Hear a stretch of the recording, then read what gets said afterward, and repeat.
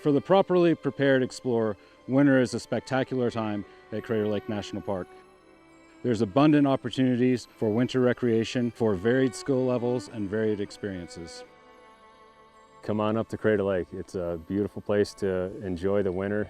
We get tons of snow. It's beautiful snow.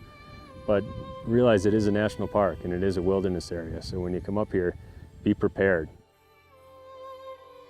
We've got a lot of obvious hazards here, but I think one of the greatest hidden hazards is that the weather can change really fast. It can be a total bluebird sunny day.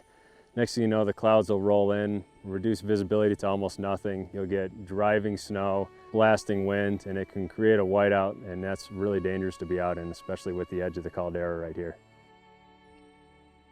Additionally, the entire caldera acts as a giant terrain trap. A terrain trap is where all of the snow and rocks will funnel into a single location as you go further and deeper into the caldera. It's about as dangerous as it gets down there. The slopes are so steep. In the winter, they're fully covered in snow. So if you started to slip, you'd have no way to stop yourself. It's just a straight drop about 1,000 feet down to the edge of the lake. And the water in the lake is going to be about the freezing temperature, and it's hundreds of feet deep. So once you get in there, there's really no way to get back out. There are also hazards such as avalanches and cornices throughout the park. A cornice is a formation of snow created by wind. It often forms over steep slopes and can be overhanging. They can easily be broken through if you're not paying attention. Most of our popular skiing areas and our popular snowshoeing areas are either on or below avalanche terrain. So you want to be aware of the edges. You want to be aware whether you're above or below avalanche terrain.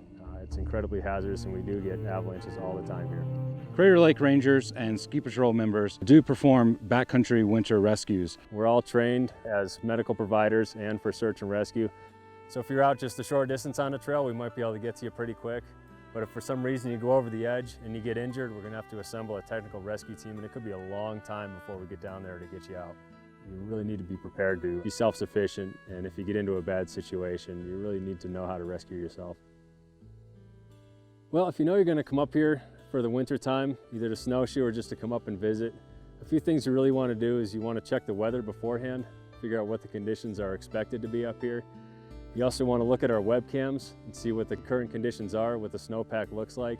And when you do get up here, make sure you take that extra minute or two to talk to someone from the visitor center or someone from where you rent your snowshoes and see what the hazards are out there, what the conditions being reported back are, and then just be extra prepared. So bring extra food, extra water, extra clothing, because things can change fast out here and you really need to be ready for it.